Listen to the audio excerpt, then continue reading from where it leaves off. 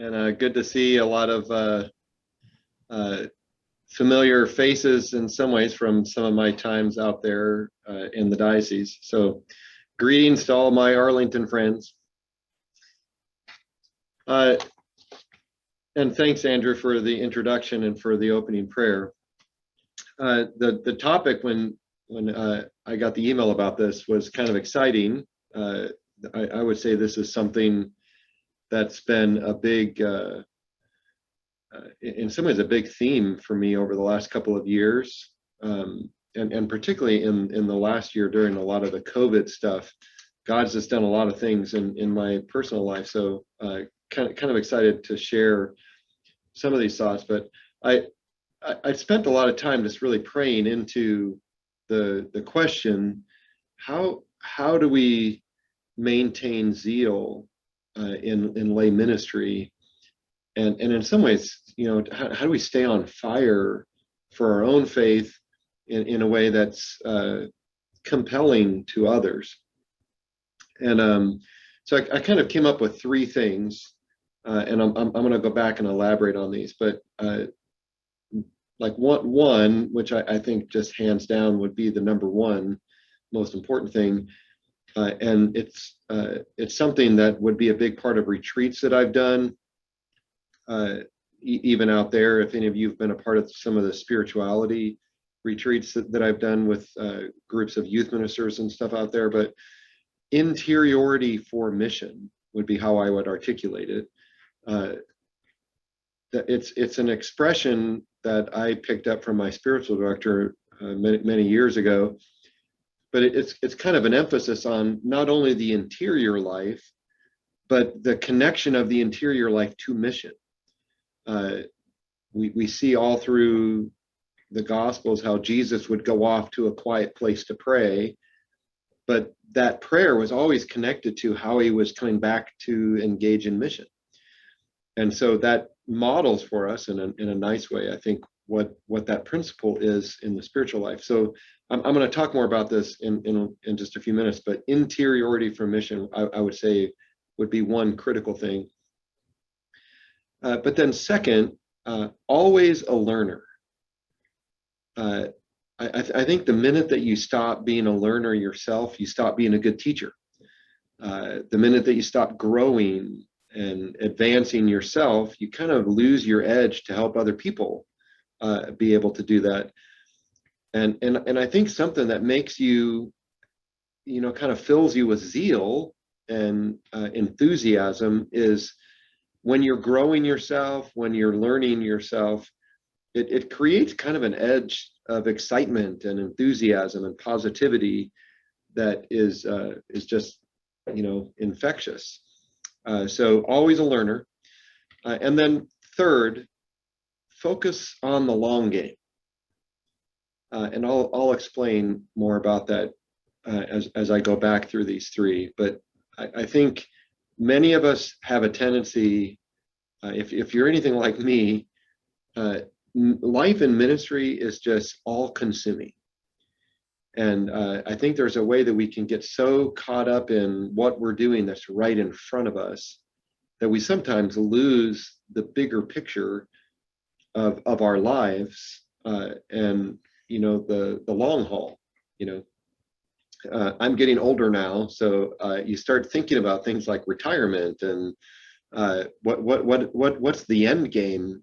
Obviously to get to heaven, but before that, as I'm getting older and I'm coming to the end of, maybe active ministry things, like how am I prepared for that? Now I know somebody who's in their mid to late 20s is probably wondering, like, what the heck? I don't need to be thinking about that. Actually, you do, and that's what I want to talk about. So let me go back and kind of expand on those three things, but I'm just going to hover around those three principal things today. So one, interiority for mission. I think one of the beautiful things that's happened in my life over the last 12 to 18 months has been a rekindling of my spiritual life in a way that was a little surprising to me. I wasn't looking for it. I wasn't searching it out. Actually didn't think that I needed it, which is, maybe that's more scary than anything. It's like I wasn't even aware that I had grown complacent and had grown a little bit kind of not on the edge, and lots of things in my life, with kids getting older, and our first kid getting married, and kids in college, and having additional financial responsibilities that were way beyond what I could almost handle, with 2 kids in college and 1 kid in Catholic school. Some of the bills that were coming were like getting scary in some ways. And I didn't realize it in the midst of all of the busyness of a very busy job for the Archdiocese here, and a lot of personal things in life, that I had just lost. I had lost a sense of passion, and I didn't even realize it.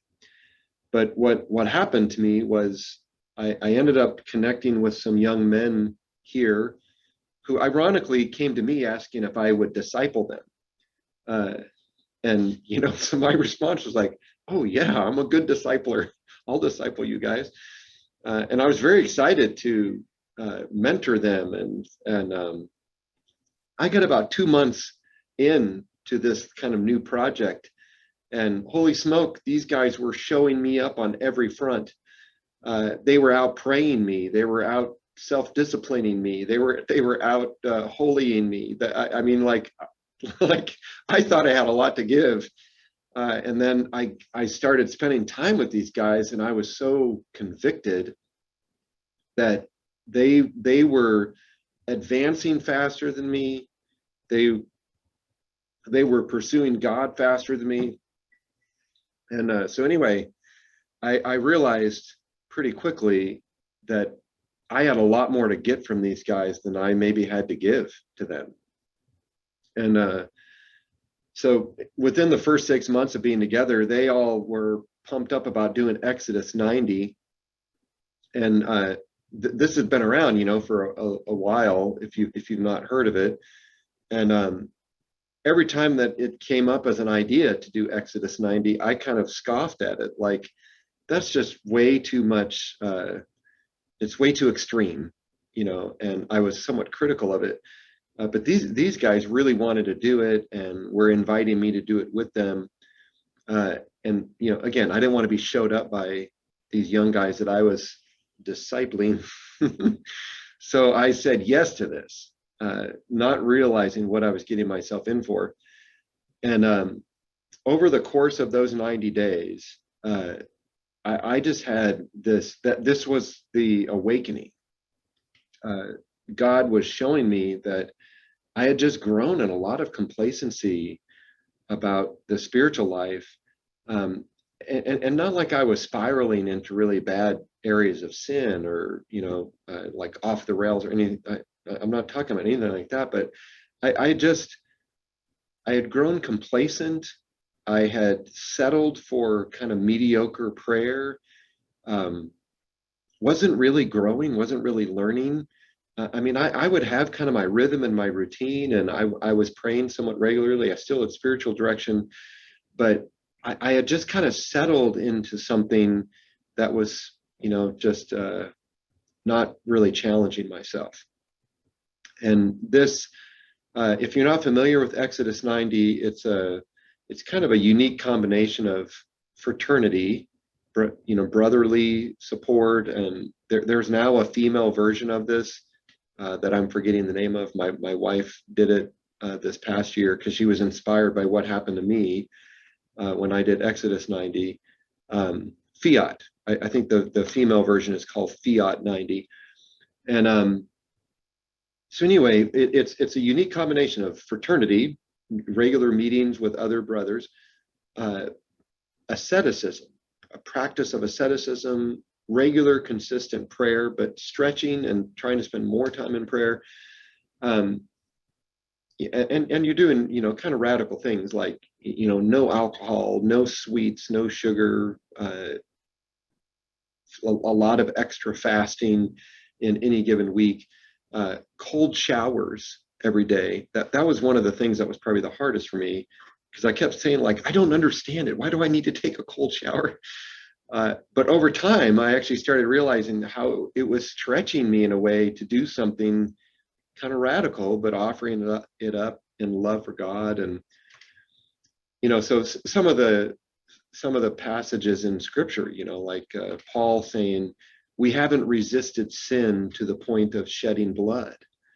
You hear something like that, and it almost doesn't really connect with you, like what it means. But that's what kind of happened for me over the course of doing this. And long story short, I have now done Exodus 90 a second time, and then some of my sons wanted to do something called 75 hard, which is a secular version of Exodus 90. That's more about exercising and weightlifting and things like that. But my sons wanted to do it, particularly my oldest son, who was getting married last October. So I ended up doing 75 hard with my sons, and leading up to my son's wedding. And so anyway, like the experience of all of these things was all uniquely combined for me with prayer and pursuing deeper intimacy with the Lord in a way that I almost can't explain, like how alive all of that came to me. The song, a lot of us youth ministers are very familiar with the song, Come Into My Heart. I would have to say that one of the inspirations over this last year or so has been that song, but the orientation of the song completely reversed. Like the words of the song are actually us saying to Jesus, come into my heart, come into my heart.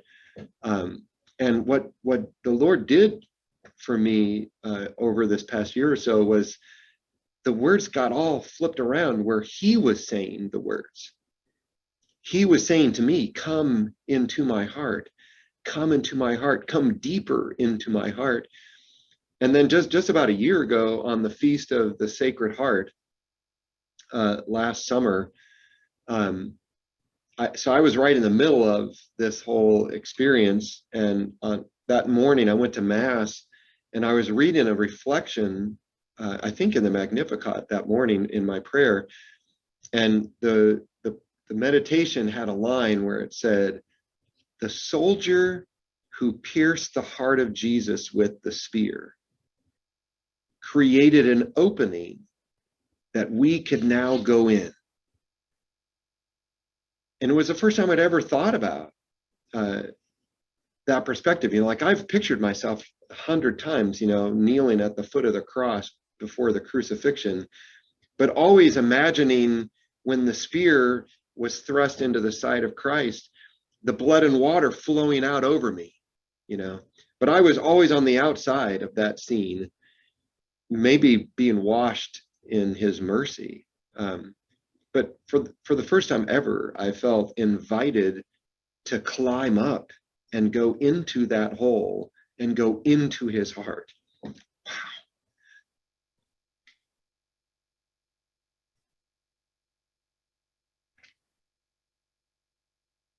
The other thing that happens when you start getting older is you cry at everything. I don't know what to do with that.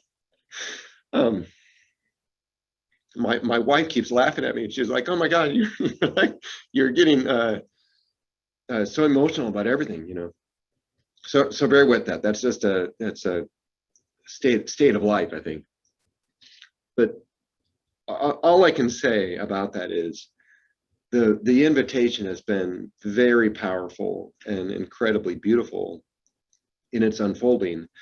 And when you ask the question, like, how do we maintain our zeal? That's how you maintain your zeal.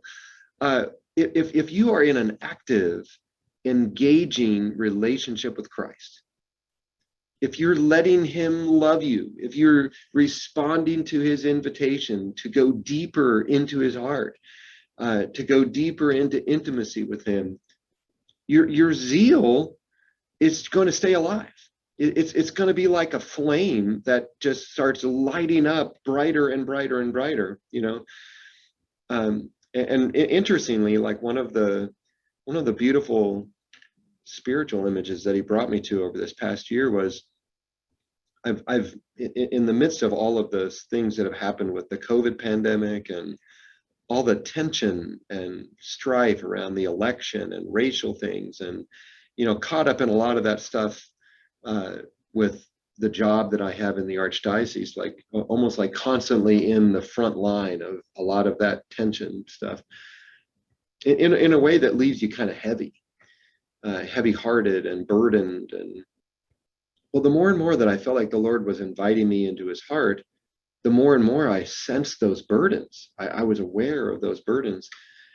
And I remember one day at Mass, Sunday Mass, being so burdened at what was burdening the heart of Christ. You know, like I was just aware of all of these things, and you know, problems and tensions and people struggling with in their, you know, marriages breaking up and families having tragic circumstances. And I just felt overwhelmed one morning at Mass, sensing all of those things and wanting to pray for them, but almost not really knowing how. And I was moved in my prayer during Mass to kind of, you know, cry out to the Lord, like, wow, this is so intense. How do you carry all of this burden? And in a very beautiful way, I felt the Lord say to me, if you want to come into my heart, I have to share these burdens with you. And I don't want you to take them on. It's not like you have to fix them, but I wouldn't be a good friend if I didn't share them with you. And wow, that was just so powerful to recognize that, and in a certain sense, to feel so close to him in friendship, that he's actually sharing with me the things that he's worried about, the things that he's burdened about, the things that are hurting his heart. And again, you know, in a way, like I can't fix all the problems that are burdening my wife when she shares those with me, but part of being in a relationship with her is letting her share them with me and sitting with her sometimes in them, and being compassionate and burdened with her with what she's burdened with. And I sensed the Lord inviting me into that, you know, in a way that was really, really powerful. And then this, you know, like a week later, I was praying on that same thread, and I was experiencing myself in the heart of Christ in my prayer. And all of a sudden I was like outside of myself, looking at myself sitting in this, which looked like a little chapel, but I knew I was in his heart, you know. But then all of a sudden, as I was outside looking on myself, I saw myself washed over with all of these colors. And I kept asking the Lord, like, well, what's all the colors on me? I can't understand what that is. And then he allowed me to kind of come back and see from my own perspective. And I was in this small little chapel surrounded with, you know, every wall was stained glass windows. And I literally have spent months now reflecting on those stained glass windows. And what I realized is when I was in his inner heart, all of the stained glass windows were unique things. You know, they were the saints and the memories and the holy people that he has brought into my life that have been a big part of who I am and who I've become, you know. And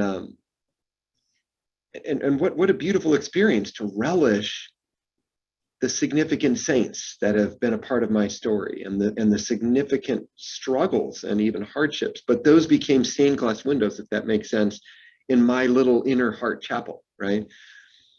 Well, then after I was praying with that for a number of days, one morning in prayer, like I was trying to imagine myself in that heart, in that chapel, and then all of a sudden I was like outside in the dark. And it was intensely dark. I couldn't even see my hand in front of my face. And in the darkness, I felt alone, and I felt almost hopeless and desolate.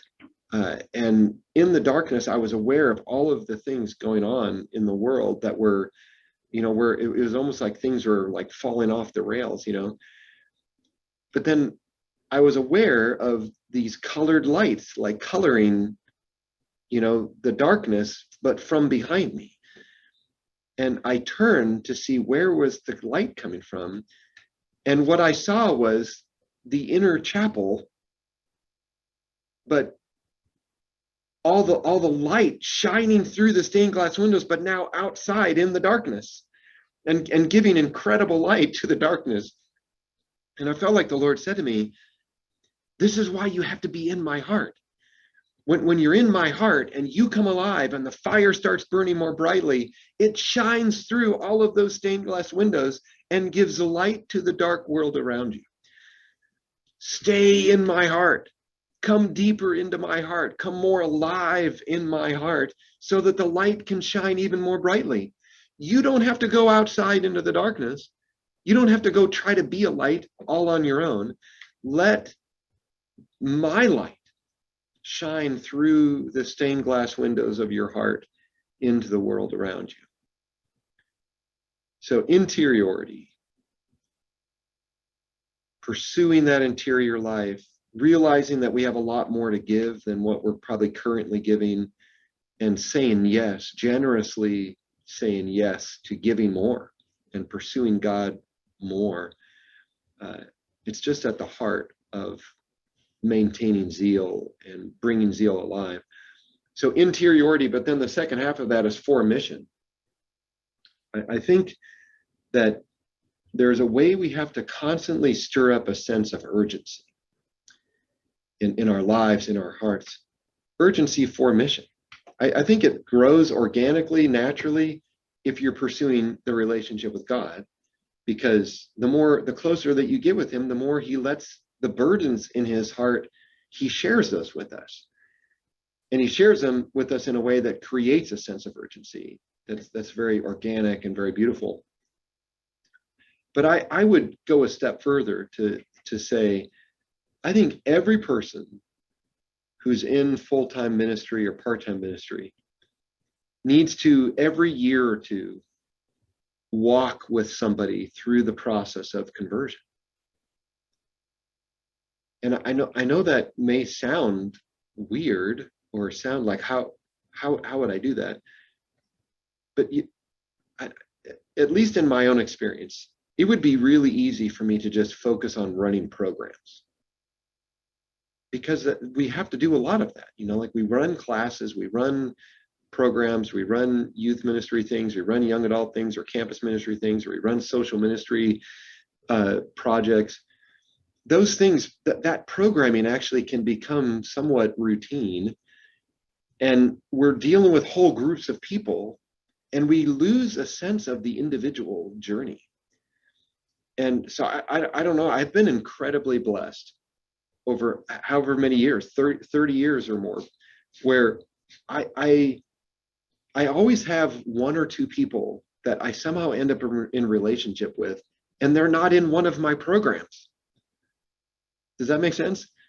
Sometimes it overlaps, but many times it's just a person that God somehow brings in my life, and over a year or a year and a half or sometimes 2 years, I'm just introducing them to Jesus, helping them navigate conversion and helping them get traction in the early stages of discipleship, but in a way that I've learned the path over and over and over again, but not for a program, but for an individual. And I've watched the process unfold before me in a way that is just inspiring. I've had a couple of teenagers that have been in a discipleship group that my wife and I lead at our parish. And we started out 4 years ago with a bunch of these kids leading their confirmation small group for 2 years. And then when they got confirmed in their sophomore year of high school, we invited them to become a part of a discipleship group and continue with us. And a number of people dropped off, but then other kids joined.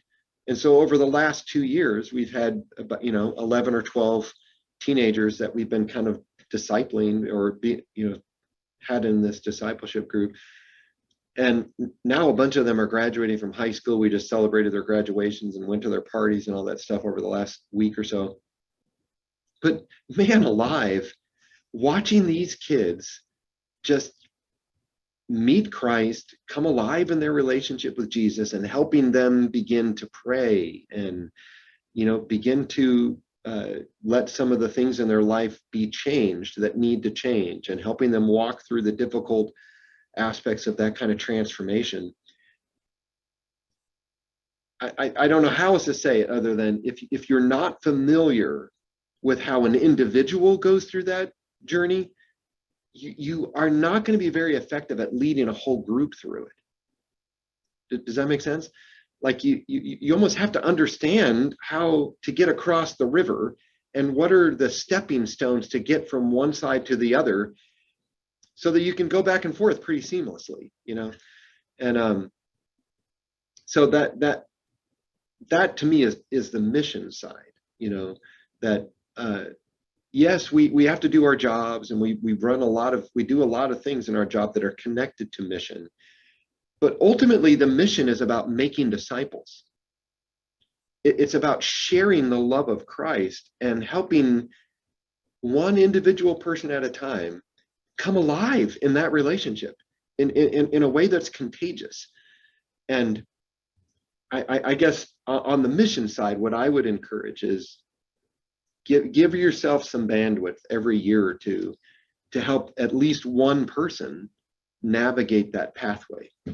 And it'll make everything else that you do come alive in ways that are hard to explain. So interiority for mission, my first principle. Second would be always a learner. And the key scripture passage that I would point to here is from Paul's letter to the Romans.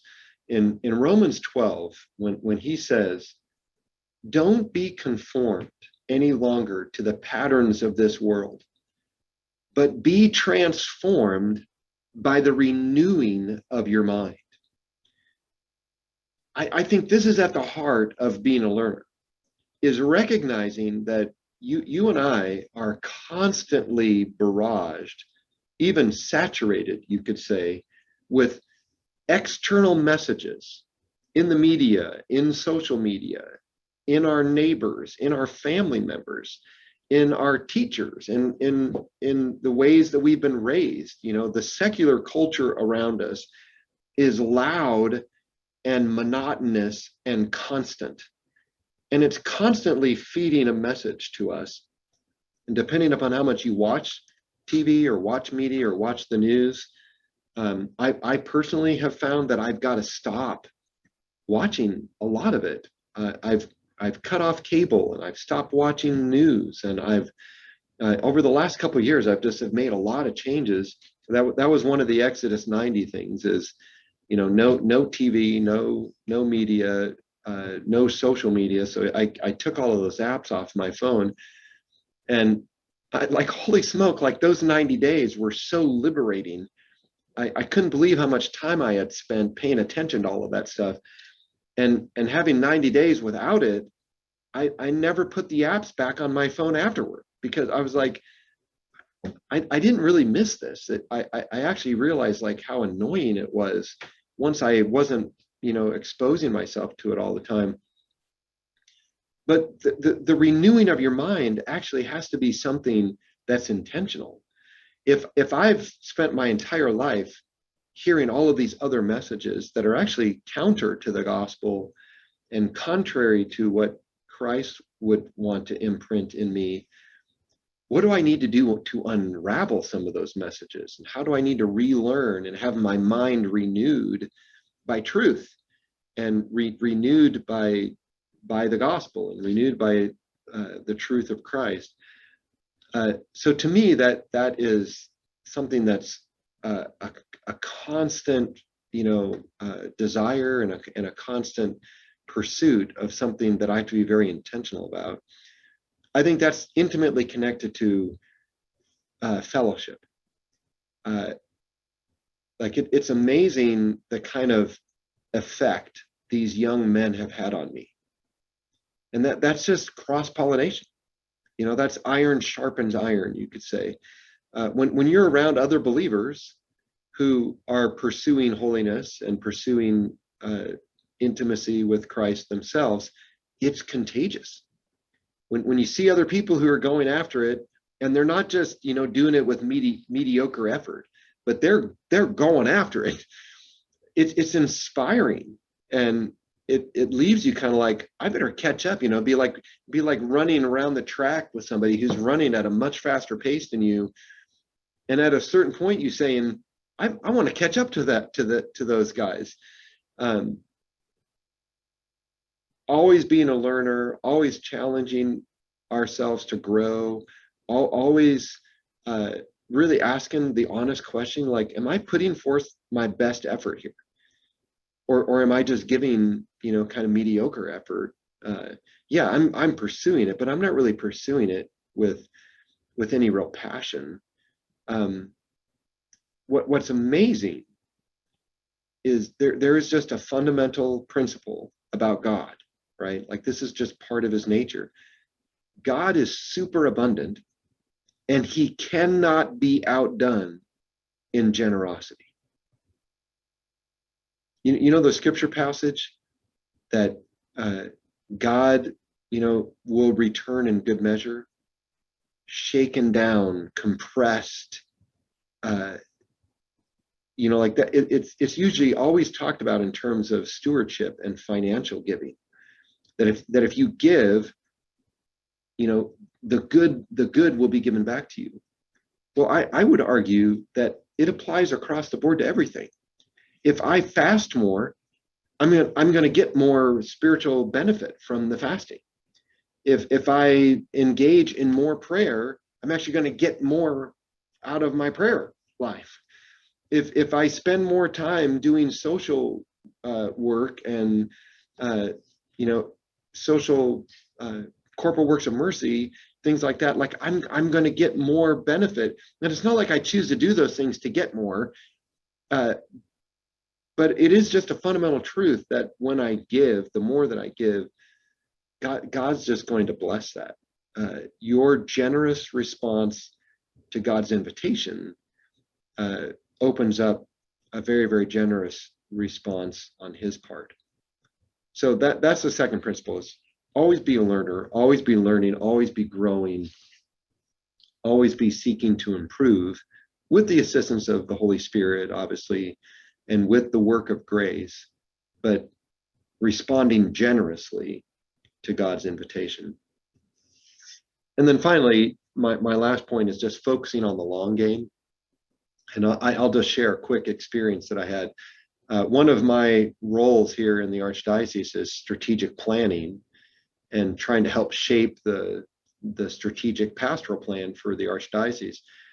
And I led the Archdiocese, and with the Archbishop and a number of key leaders, led us through a process of strategic planning.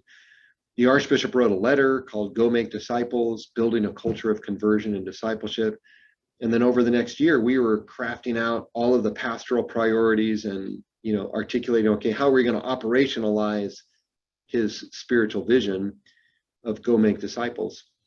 And we came out a year later with another document called Vision 2030 that articulates our pastoral priorities over the next 10 years, you know, all the way to 2030. And over the Christmas break, after we released Vision 2030, I was praying one morning, and I felt like the Lord just said to me, like in my prayer time, it's out of the blue, what are your Vision 2030 goals? Not for the Archdiocese, but for you, for your family. And I was like, wow, I'm in my mid-50s. I don't know if I've ever thought about my life in 10-year time chunks. I usually have goals for the next year, and I've been really intentional about those for years, you know.